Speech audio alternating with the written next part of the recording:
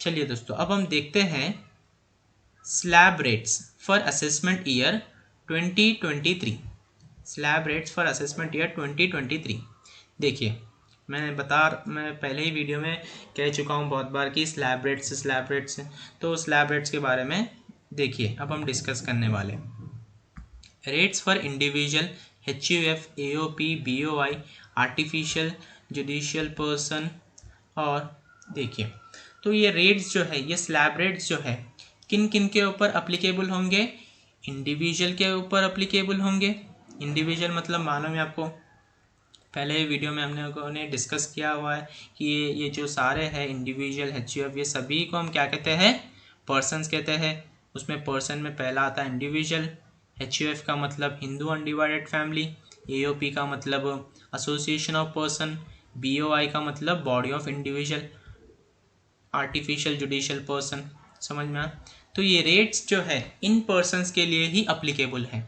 बाकी जो company firms होगी, कंपनी पार्टनरशिप फर्म्स, इन लोगों के लिए कुछ अलग रेट्स है। पहले हम बात करते हैं इन लोगों के क्या स्लैब रेट्स है। देखिए, in case of resident individual यानी कि जो इंडिया का रेसिडेंट है, जो इंडिया का बंदा है और इंडिविजुअल है, तो उसके ऊपर क्या टैक्स रेट्स होंगे? देखिए, टोटल इनकम रेंज, देखिए टोटल इनकम रेंज और tax rate of tax percentage. चलिए देखते हैं। Basic exemption limit up to 2,50,000। अब इसमें क्या होता है कि जो हमारी टोटल इनकम आती है, नेट टोटल इनकम, जब हम ग्रॉस टोटल में से डिडक्शंस करते हैं कुछ, उसके बाद हमें जो नेट टोटल इनकम आती है, तो उस पर हमें क्या टैक्स लायबिलिटी फाइंड आउट करनी होती है। तो उससे पहले हम क्या करते हैं, इनकम टैक्स हमें एक बेसिक एग्जम्पशन लिमिट, यानी कि हमें एक फ़ायदा दी है, एक बेनिफिट दी है कि आपकी जो 2.5 लाख की सैलरी है तो उसे हम एग्जेम्प्ट कर देंगे, यानी कि उसे हम माइनस कर देंगे, यानी कि उसे हम कंसीडर ही नहीं करेंगे, सीधा सीधा हम उसका आपको फ़ायदा दे देंगे। समझ में? उसे हम कहते हैं एग्जेम्पशन, यानी कि हम माइनस कर देंगे उस टैक्स, उस अमाउंट को। जैसा कि मेरी इनकम हो, मान लो मैं सालाना कमाता हूँ 2.5 लाख मैं सालाना मेरी पर एनम की इनकम हो, तो मुझे जो है 1 रुपये भी टैक्स पे करने की ज़रूरत नहीं है, क्योंकि बेसिक एग्जम्पशन लिमिट, जो लिमिट दी गई है गवर्नमेंट ने जो लिमिट दी गई है वो एग्जम्पशन लिमिट 2.5 लाख है।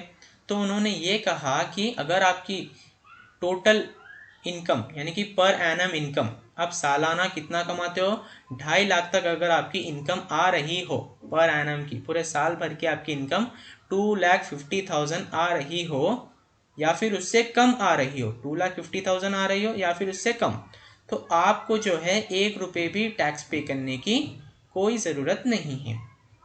अगर आपकी सैलरी जो है, आपकी सैलरी हो या फिर किसी भी प्रकार की इनकम हो, वो पर एनम यानी कि साल भर पर एनम में कितनी आ रही है, 2.5 लाख से ऊपर आ रही है, 2.5 लाख से ऊपर आ रही है, तो उसमें आपको क्या दिया जाएगा, पहले तो आपके 2.5 लाख जो है माइनस कर देंगे, उसके बाद हम देखेंगे कि जब आपके 2.5 लाख माइनस कर दे रहे हैं हम, तो उसके बाद आप कितनी सैलरी आपकी बच रही है उसके ऊपर हम टैक्स लगाएंगे स्लैब रेट के हिसाब से। जैसे कि मान लो मेरी सैलरी है 5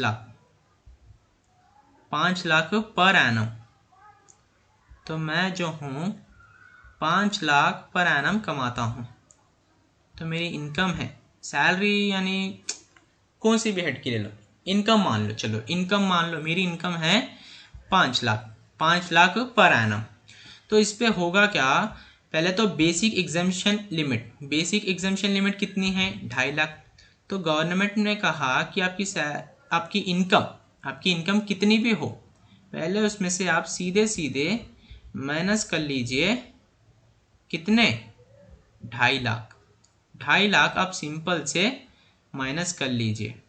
तो गवर्नमेंट ने ये हमें एक एग्जम्पशन लिमिट दी गई है। कितनी एग्जम्पशन लिमिट, कि आपकी जितनी भी इनकम आ रही हो उसमें से आप पहले एक काम कीजिए, वो कौन सा काम है, पहले आप अपनी इनकम में से 2.5 लाख हटा लीजिए, क्योंकि वो एक बेसिक एग्जेम्पशन लिमिट है, हम लोगों ने उसका आपको एक एडवांटेज दिया हुआ है।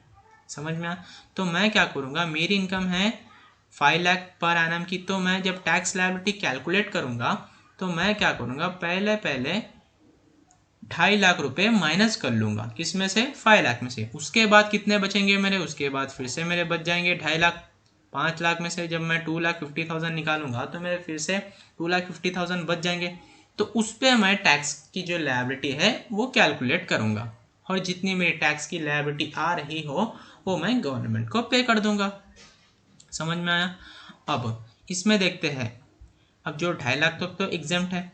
अब देखते हैं 2.5 लाख यानी कि 2,50,001 टू 5 लाख, 2,50,001 टू 5 लाख। अगर हम देखते हैं कि इन दोनों के बीच में 2.5 लाख 1 रुपये से 5 लाख, इसके बीच में कितनी हमारी इनकम फिट हो रही है, यानी कि अब मेरी इनकम निकल के आ रही है यहाँ पे 2.5 लाख, तो 2.5 लाख से लेके 5 लाख, 2.5 लाख 1 से लेके 5 लाख तक मेरी इनकम यहाँ पर कितनी फिट होगी, 2.5 फिट होगी, 2,50,000 फिट होगी। तो उतनी ही इनकम पर मुझे क्या करना होगा, 5% का रेट लगाना होगा, 5% का रेट लगाना होगा, यानी कि 2.5 है तो इसके ऊपर मैं 5% का रेट ऐड कर दूंगा प्लस 5%। फिर उसके बाद जो है मुझे कुछ टैक्स का अमाउंट आ जाएगा। जब मैं ऐसा करूँगा तो मुझे कुछ टैक्स का अमाउंट आ जाएगा। जब मैं 2,50,000 पे मैं 5% कैलकुलेट करूँगा तो मुझे कुछ टैक्स का अमाउंट आ जाएगा। वो अमाउंट जो है मुझे अब पे कर देना होगा किन्हें, गवर्नमेंट को। अगर मेरी सैलरी जो है इससे भी ज़्यादा है, अगर मेरी सैलरी इसके बीच में भी कितनी फिट हो रही है, 2 लाख। अगर मेरी मान लो सैलरी कितनी है, 10 लाख की मेरी सैलरी है, तो जब मैं क्या करूँगा, पहले तो मैं डिडक्शन ले लूँगा, यानी कि एग्जेम्पशन ले लूँगा 2,50,000 का। फिर अब मेरी सैलरी कितनी बचेगी मेरी सैलरी 7,50,000 बचेगी। तो 7,50,000 में से 2.5 लाख से लेके 5 लाख तक, 2.5 लाख 1 रुपये से लेके 5 लाख तक मेरी सैलरी कितनी बचेगी, यानी कि इन दोनों के बीच में कितनी फिट होगी, 2.5 लाख फिट होगी। तो मैं जितनी फिट होगी इन दोनों के बीच में उतने पे ही यहाँ पर मुझे कुछ रेट दिया है। देखिए मैं पहले से इरेज कर देता हूँ। देखिए कितनी फिट इन दोनों के बीच में मेरी इनकम कितनी भी फिट हो रही हो, ज़्यादातर तो 2.5 लाख ही फिट होगी, उससे ज़्यादा नहीं होगी। 2.5 लाख फिट होगी, तो उतनी इनकम पर ही मुझे पहले 5% लगाना होगा। जो 5% आएगा वो अमाउंट मेरा होगा टैक्सेबल अमाउंट, उसे मुझे यहाँ पर लिख लेना है। फिर मुझे देखना है कि मेरी अगर सैलरी उससे भी बढ़ के आ रही हो तो मुझे फिर देखना है 5 लाख 1 रुपये से लेके 10 लाख, इन दोनों के बीच में कितनी फिट हो रही है। तो उस पर जितना भी अमाउंट आएगा उस पर भी मैं लगाऊंगा 20% का रेट। फिर जब मैं 20% का रेट लगाऊंगा फिर से मेरे टैक्स की अमाउंट आ जाएगा, टैक्स अमाउंट आ जाएगा। फिर 10 लाख 1 रुपये से ऊपर अब हमारी कितनी भी इनकम हो उस पर हम सीधा सॉलिड लगाते हैं 30%। अब वो 30% का जो अमाउंट आ रहा है मुझे भी यहाँ पे लिख लेना है। अब इन तीन अमाउंट को मैं ऐड करूँगा और मेरी जो लास्ट का अमाउंट आएगा वही होगा मेरा टैक्सेबल अमाउंट। समझ में आया दोस्तों? चलिए एक एग्जाम्पल क्वेश्चन करते हैं ताकि आपको अच्छे से समझ में आ जाए। देखिए, compute Ravi's tax liability if his total income is 4 lakh, 2,50,000, 7 lakh और 12 लाख। तो मुझे यहाँ पे कुछ केसेस दिया गया है, मुझे जो है रवि की टैक्स लायबिलिटी फाइंड आउट करनी है। तो उसकी टोटल इनकम है केस वन की टोटल इनकम है 4 लाख और केस 2 की टोटल इनकम कह रहा हूँ मैं बच्चों 2,50,000 और केस 3 की टोटल इनकम है 7 लाख और केस 4 की टोटल इनकम है 12 लाख। तो चलिए अब हम टैक्स कैलकुलेट करते हैं। देखिए केस 1 करने वाले हैं हम पहले। कंप्यूटेशन ऑफ रबीज टैक्स लायबिलिटी, कंप्यूटेशन ऑफ रबीज टैक्स लायबिलिटी। देखिए पहले हमें ऐसे लिख लेना है, पर्टिकुलर सा फॉर्मेट होता है पर्टिकुलर अमाउंट का। देखिए टोटल इनकम कितनी है 4 लाख, केस 1 की टोटल इनकम है 4 लाख। अब हम इस 4 लाख पे क्या करते हैं, टैक्स लायबिलिटी फाइंड आउट करते हैं। देखिए पहले तो मैंने बताया क्या था कि बेसिक एग्जेम्पशन लिमिट, पहले मैंने बताया था कि बेसिक एग्जेम्पशन लिमिट हमें डिडक्ट कर लेनी है, और वो बेसिक एग्जेम्पशन लिमिट कितनी है 2,50,000 की। तो फर्स्ट हम 4 लाख में से 2,50,000 को माइनस कर देते हैं, 2,50,000 चलो तो माइनस कर देते हैं। जब हम माइनस कर देंगे 2,50,000 को तो कितना बचेगा हमारे पास, 4 लाख में से अगर 2 लाख निकाल लेता हूँ तो हमारे पास बच जाएगा अमाउंट 1,50,000। तो ये हो गया हमारा अमाउंट। अब हम देखते हैं, अब बैलेंस अमाउंट देखिए मैंने यहाँ किया 4 लाख में से मैंने 2.5 लाख निकाल दिया। 2.5 लाख क्यों निकाले, क्योंकि वो है हमारी बेसिक एग्जेम्पशन लिमिट। समझ में आया दोस्तों, जब हम 4 लाख में से 2.5 लाख निकालते हैं तो हमारे पास बैलेंस अमाउंट बचता है 1,50,000। अब हम इस पर 5% का लगाएंगे, जैसा कि मैंने बताया था कि सेकेंड रेट जो है वो है 5% का। अब हम देखते हैं कि 2.5 लाख 1 रुपये से लेकर 5 लाख तक इन दोनों के बीच मेरी सैलरी कितनी फिट होंगी, पहले मैं ये चेक करता हूँ। देखिए तो 2.5 लाख 2,50,000 1 रुपये से लेके 5 लाख तक मेरी सैलरी कितनी फिट है। पहले तो मेरी सैलरी है, बच रहा कितना मेरा बैलेंस अमाउंट तो 1,50,000 हो रहा, और इसमें कितना फिट हो सकती है मेरी, पहले वो देखिए 1,50,000 ही फिट होगी। हाँ मैक्सिमम जो है 2,50,000, यानी कि 2,50,000 जो है फिट हो सकती है इसमें। लेकिन मेरी इनकम जो है यहाँ पर, यानी कि मेरा बैलेंस अमाउंट है यहाँ पर, वो कितना है 1,50,000। तो 1,50,000 पे मैं क्या करूँगा, सीधा 5% के रेट कैलकुलेट करूँ। जैसा कि मैं 1,50,000 पे 5% अमाउंट लगाऊंगा, तो उस पर क्या होगा, मेरा जो अमाउंट आएगा वो आएगा 7,500। तो ये 7,500 जो है वो है इसकी रवि की टैक्स लायबिलिटी। तो ये जो अमाउंट है इसे हम गवर्नमेंट को पे करना होगा। समझ में आया दोस्तों, इसे हम कहते हैं टैक्स का अमाउंट। अब हम ऐसे ही दूसरा केस करते हैं। दूसरे केस में देखिए 2.5 लाख मेरी इनकम कितनी आ रही है, दूसरे केस में 2.5 लाख यानी कि 2,50,000। तो 2,50,000 मैंने ले लिया है, उसमें से मैं क्या करूँगा, बेसिक एग्जेम्पशन लिमिट, ये 2.5 लाख किसके बेसिक एग्जेम्पशन के हैं।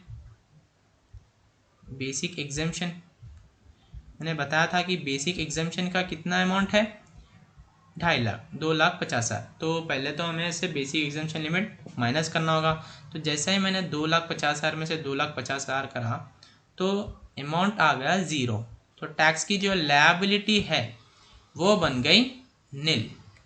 समझ में आया दोस्तों, तो केस 2 में हमारा कोई भी टैक्स निकल के नहीं आ रहा है। अब केस 3 देखते हैं। केस 3 में हमारे कितनी है, केस 3 में जो है 7 लाख है। चलिए केस 3 देखते हैं, पर्टिकुलर्स और अमाउंट। देखिए टोटल इनकम हमारी कितनी आ रही है केस 3 में 7 लाख। अब इस 7 लाख पे पहले तो मैं 2.5 लाख माइनस कर दूंगा।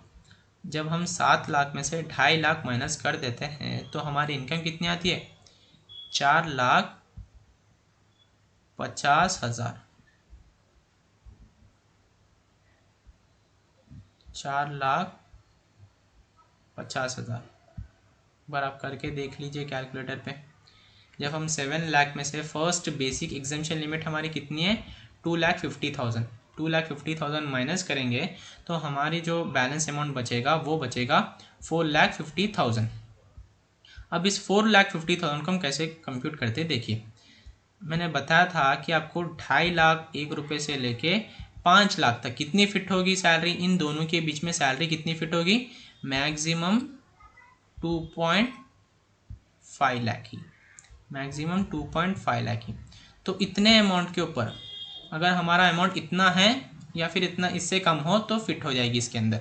तो जितना भी हमारा अमाउंट आ रहा है यहाँ पे कितनी फिट हो सकती है, मैक्सिमम जो है 2.5 लाख। लेकिन हमारा टैक्स की लायबिलिटी का अमाउंट, बैलेंस अमाउंट कितना बच रहा है, 4,50,000। तो 4,50,000 में से हमें फिर से माइनस करना होगा, क्योंकि अब ये अमाउंट पे हम टैक्स लगाने वाले कितने परसेंट पे, 5% पे। 5% के हिसाब से हम इस अमाउंट पे टैक्स निकालने वाले। तो 5% जैसे हम 2.5 लाख पे 5% करते हैं तो हमारा अमाउंट आता है 12,500। और यहाँ पे हमें 2,50,000 4,50,000 में से माइनस कर लेना होगा, क्योंकि हम लोगों ने अब 2,50,000 पे तो एक रेट लगा दिया है। जब हम माइनस करेंगे 2,50,000 4,50,000 में से तो हमारा अमाउंट कितना बचेगा, 50 जीरो हो जाएगा, 4 में से तो 2 लाख, तो बचेगा हमारे पास 2 लाख। समझ में आया। अब हम देखते हैं कि 2 लाख के ऊपर कितना रेट लगा। अब हम देखते हैं कि 5 लाख से लेके 10 लाख, 5 लाख से लेके 10 लाख, जैसे कि मैंने पहले यहाँ पे बताया था कि देखिए 5 लाख 1 से लेके 10 लाख के बीच में जितनी भी हमारी सैलरी फिट हो हमें उस पर सीधा 20% टैक्स लगा देना है। तो यहाँ पे कितनी मैक्सिमम कितनी फिट हो सकती है, 5 से लेके 10, तो यहाँ इन दोनों के बीच मैक्सिमम 5 लाख से फिट हो सकती है। लेकिन हमारी यहाँ पे अमाउंट कितना बच रहा है, हमारा यहाँ पे अमाउंट बच रहा है वो है 2 लाख, 2 लाख बच रहा है। तो इन दोनों के बीच हमारा 2 लाख फिट हो जाएगा। तो उस 2 लाख पे हम कितना रेट लगाएंगे, उस 2 लाख पे हम लगाएंगे 20% का रेट। जब हम 20% का रेट लगाएंगे 2 लाख पे तो हमारी जो टैक्स लायबिलिटी है वो आएंगी 40,000। अब मैंने कहा था कि जो भी रेट्स का अमाउंट होगा हम उस सारे अमाउंट्स को ऐड कर लेना होगा। तो 12,500 प्लस 40,000, तो हमारी जो टोटल टैक्स अमाउंट है वो है 52,500। समझ में आया दोस्तों, 52,500 हमारा केस 3 का टैक्स है। अब केस 4 देखते हैं। केस 4 देखते हैं, पर्टिकुलर्स देख लीजिए और अमाउंट्स देख लीजिए ऐसी। तो टोटल अमाउंट है केस 4 का वो है 12 लाख। अब पहले हमें इसमें से 2.5 लाख कितना बेसिक एग्जम्पशन है तो 2.5 लाख माइनस करना होगा 12 लाख में से, तो उसके ऊपर तो कुछ भी से अमाउंट नहीं आएगा, तो नील। तो 2.5 लाख जैसे हम लोगों ने माइनस किया 12 लाख में से, तो हमारा जो अमाउंट होगा वो कितना बचेगा, अब करके देखिए 12 लाख माइनस 2,50,000, तो पहले के 2 लाख तो 10 लाख बचे, तो 9,50,000 ये हमारा बैलेंस अमाउंट बचेगा। समझ में आया, ये हमारा बच जाएगा बैलेंस अमाउंट। अब इस बैलेंस अमाउंट पे हम क्या देखते हैं, 2.5 लाख से लेके 5 लाख तक इन दोनों के बीच कितनी फिट होगी, 2.5 लाख की फिट होगी, इतना तो हमें पता ही है 2.5 लाख की फिट होगी। तो हम इस 2.5 लाख पर ही कितना रेट लगाएंगे, 5% का रेट लगाएंगे। 2.5 लाख पर 5% का रेट लगाने से हमारी जो टैक्स की लायबिलिटी आती है वो आती है 12,500, और हम यहाँ पर 2.5 लाख माइनस कर लेंगे इस बैलेंस अमाउंट से। इस बैलेंस अमाउंट से हम 2.5 लाख का जो अमाउंट है वो कर लेंगे लेस। 2.5 लाख माइनस करने से हमारा कितना आता है, 7 लाख। अब हम देखेंगे कि 7 लाख पे क्या टैक्स अमाउंट निकालना। अब हम देखेंगे कि 5 लाख से लेकर 10 लाख तक इन दोनों के बीच कितनी फिट होगी मैक्सिमम सैलरी, सिर्फ 5 लाख ही फिट होगी। 5 लाख या तो उससे कम, उससे ज़्यादा तो नहीं फिट होगी। तो 5 लाख फिट हो रही, लेकिन हमारा बैलेंस अमाउंट है 7 लाख। तो हम इसमें से माइनस कर लेते हैं, फिर से कितना 5 लाख माइनस कर लेते हैं, तो हमारा आता है 2 लाख। 2 लाख आता है ना। तो अब हम ये 5 लाख है जो हम यहाँ फिट कर दिए हैं, तो उस पर हम कितना रेट लगाएंगे? 20% का रेट लगाएंगे। तो इस पर 20% का रेट लगाने से हमारा यहाँ पे टैक्स अमाउंट आता है 1 लाख। तो अब बचे कितना? हमारा बैलेंस बचा 2 लाख। अब 2 लाख पर हम देखते हैं कि इन्होंने कहा कि 10 लाख के ऊपर कितना भी है, तो हमारा बैलेंस बच रहा है 2 लाख। इसके अंदर हम लोगों ने फिट कर लिया, इसके अंदर भी हम लोगों ने फिट कर लिया। अब इसके बाहर यानी कि 10 लाख के ऊपर हमारा 2 लाख बच रहा है।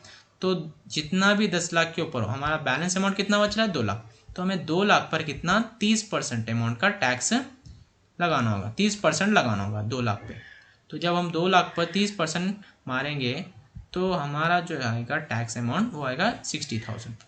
तो मैंने कहा इन सभी टैक्स अमाउंट को हमें क्या करना होगा? ऐड कर लेना होगा। इन सभी अमाउंट्स को हम लोगों ने ऐड कर लिया, तो मेरी जो टोटल टैक्स है वो कितनी आ रही है? 1,72,500।